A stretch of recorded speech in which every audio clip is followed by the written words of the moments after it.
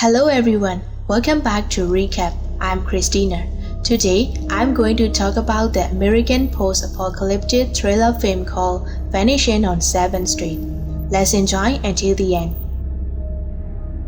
The projection Paul is reading about the 16th century disappearance of the Roanoke colony in the theater controlling room. A crowd of people is enjoying the film in the theater.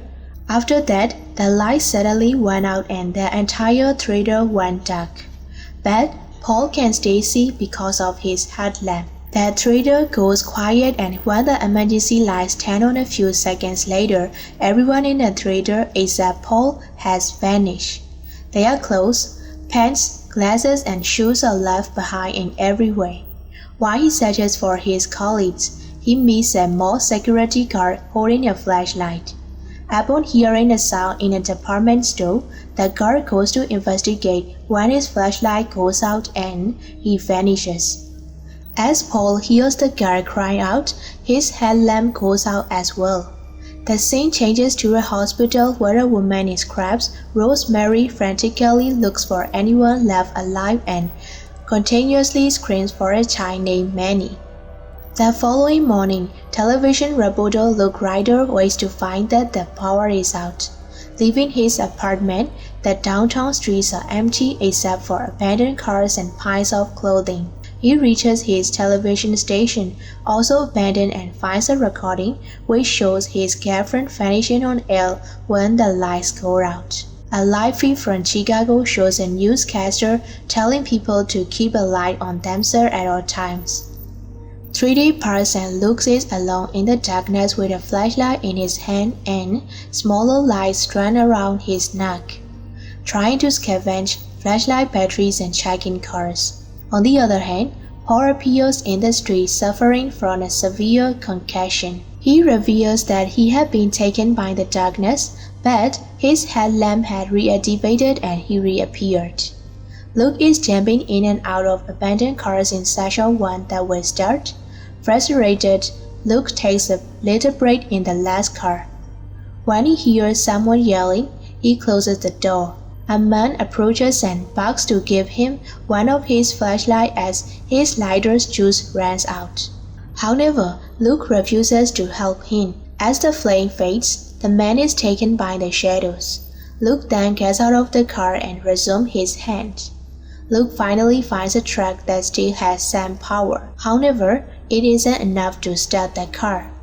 As he gathers batteries and again, he hears music.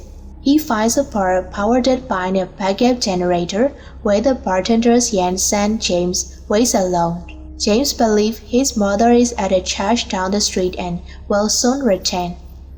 Luke explains that it is 11 in the morning, but it is dark out, implying that the sun is no longer providing light.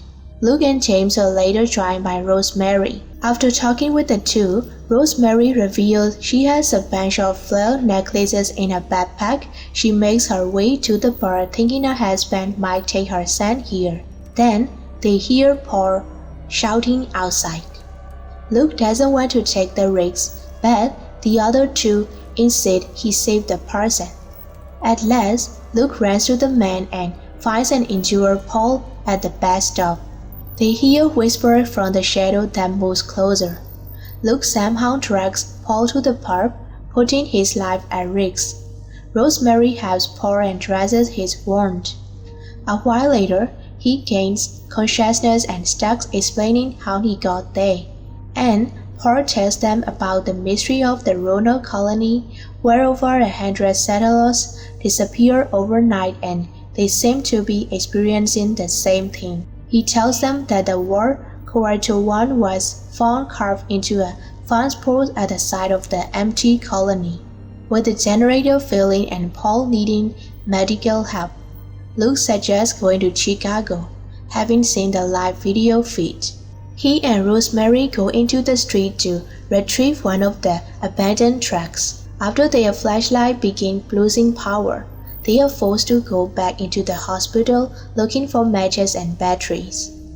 There, Luke ignites a fire with a matchstick and a cloth. Rosemary goes to find rubbing alcohol which they can use as fuel. But on her way, she hears a baby crying and sees a stroller right under a street light. And knowing that it is the shadow's tactic to lure her in, Rosemary walks up to the stroller.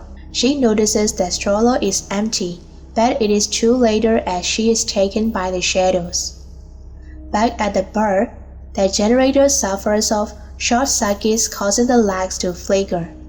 Having lost sight of James, Paul searches for him in the bunker tunnels below the bar. When the lights fail James, wearing a glow-stick necklace is safe, but Paul vanishes. Luke manages to push a truck back to the bar and he escapes with James using the generator to get the truck started. As they pass the charge up the block, James gets out to find his mother. Luke leaves, but returns after seeing the word Coeto 1 carved into the side of a sign.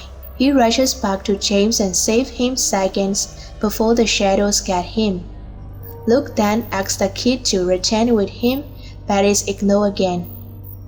James claims that his mother is nearby because he heard her call him and known that it was just a trap set by the shadows. Suddenly, the car's headlights go out and Luke disappears. James in the church under the glow of candles, which slowly start to burn out. James waits till daylight and sees the last candle have been burning all night. A little girl, Brianna, appears and urges James to stay with her. She has survived thanks to a solar-powered flashlight, although James is aware that eventually the sun will no longer provide light and the flashlight will die. As they leave the church, they encounter a police horse eating spilled apples on the ground. The two get on the horse and start their journey, presumably to a safe place. As the sun sets on the children leaving the city, the camera pans to the bar, casting the shadows of Luke, Paul, and Rosemary watching the two leave as the darkness falls. As it gets dark, Brianna's light comes on, ensuring they are protecting against the darkness as they continue their journey. Thank you so much for watching. Please click on the red subscribe button and press the bell icon. That way, you will know every time a new video is uploaded. See you in the next videos. Bye bye.